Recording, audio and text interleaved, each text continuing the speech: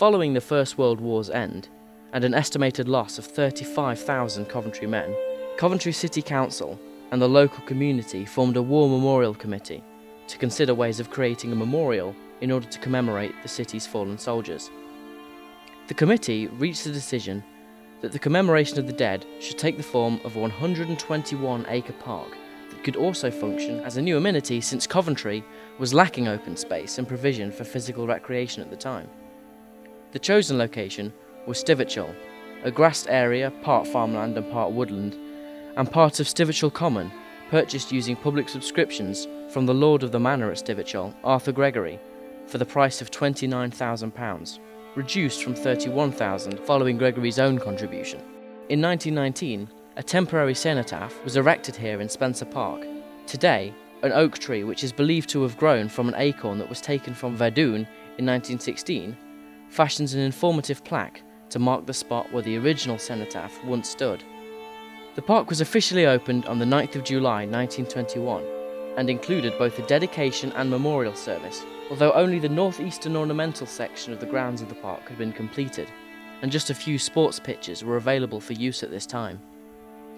This was largely because the council had access to only limited funds and were faced with more pressing priorities concerning local housing provision.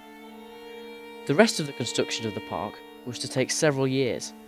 In 1923, it was decided that the permanent war memorial cenotaph should reside on high ground at the park's centre, and the council discussed allowing local citizens to plant trees in memory of their fallen relatives, accompanied by a plaque for the equivalent of £1.25. The planting of the avenues of trees began in the spring of 1925 as part of a work scheme for the unemployed. The temporary memorial remained at Spencer Park until 1927, when Earl Haig inaugurated a new permanent cenotaph clad in Portland stone at the centre of the memorial park, which was designed by local architect Thomas Francis Tickner and built by John Gray between 1925 and 1927. For our research, we contacted local Coventry historian Trevor Harkin. Hello, I'm Trevor Harkin, a local historian based in Coventry.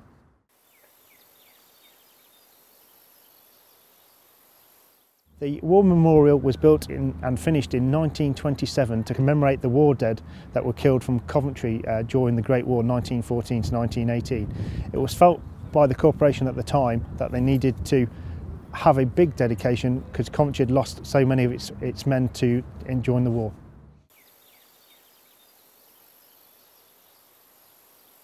I was born in Coventry, but basically I used to take the children here when they were a lot younger, and I used to look around the park at all the different plaques in the park, and I thought, actually, I've done my own family research, so I can actually research the plaques around the park, and it kind of grew from there, really. The known total of Coventry war dead is around about 3,500 men, and there was another 35,000 men that actually fought, but the known total of casualties is around about 3,500.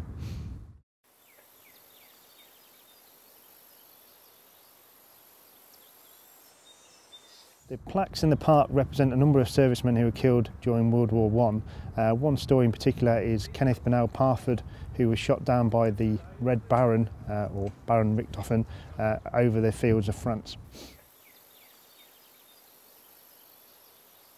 In researching the men from Coventry, most of my research has come from the Herbert Art Gallery in the forms of all the old local newspapers that were around at the time, and I had to sit and read all of them on microfiche. During World War I and World War II, Coventry received a number of visits from the royal family, in particular after the November air raid following in 1940 in World War II. The King came to visit and toured the streets of Coventry and the devastated cathedral. During the Second World War, large portions of land in the park were ploughed and used to grow food or as demonstration allotments. There was an underground ammunition store, and barrage balloons and anti-aircraft guns were also sited in the park. Similarly, a new roadway allowing military access to the pavilion was created.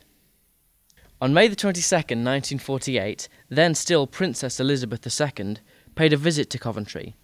Her first stop was the Memorial Park. Here she was greeted with a march of various different groups, including the 7th Battalion, Royal Warwickshire Regiment, men of the RAF and the Royal Observer Corps, followed by Coventry's own ex-servicemen. The march was not limited to military figures, however. Also among their numbers were various civil service groups, such as the Women's Voluntary Services and the St John Ambulance Brigade. After the march was over, she was presented with an industrial display. It was described by the Mayor, William Hodgson Malcolm, as a British Industries Fair in miniature, with a range of products, efficiently wide to give a good indication of the city's notable contribution towards the national export drive, much needed to strengthen Britain's economy, still lagging behind after a devastating war. Presenting their wares were over 50 industrial firms, including notable names such as General Electric, Dunlop Rubber, and even Alfred Herbert Limited, founded by the man whom today the local Herbert Museum was named after. It was the largest exhibition of its kind ever staged in Coventry. Between 1948 and 1952, another memorial tree planting campaign also commenced, across the north of the golf course to the pavilion, and along the Beechwood Avenue entrance to commemorate those who lost their lives in the Second World War. During the 1920s and 30s, the park was the location for the Coventry Carnival Gala Day. Since then, however, the park's purposes have continued to evolve. In the early 1950s, children's facilities were developed in the park, including play equipment and a paddling pool. In 1952, a miniature railway was created by the Coventry Model Engineering Society for children to enjoy a ride on, and continued to run in the park until 1980. In 1963, a German peace garden was opened. In 1990, an aviary was introduced in one of the former tennis courts. Since 1998, Coventry's annual Godiva Festival has been held in the War Memorial Park as free family entertainment. The concept evolved in the late 1990s to build on the Godiva procession, which had been operating since the late 17th century. In 1998, the three-day Godiva Festival, as we now know it, was born.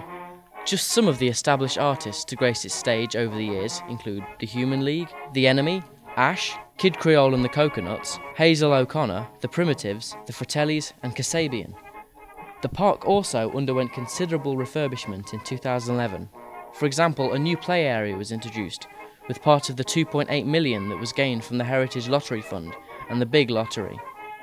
The range of events and activities at the Memorial Park has grown considerably, acting as a host for various races such as the Race for Life and Coventry Fun Run, the Caribbean Festival featuring live music, carnival costumes and stalls, a donkey derby and kite festival, and of course, a parade during November's Remembrance Sunday.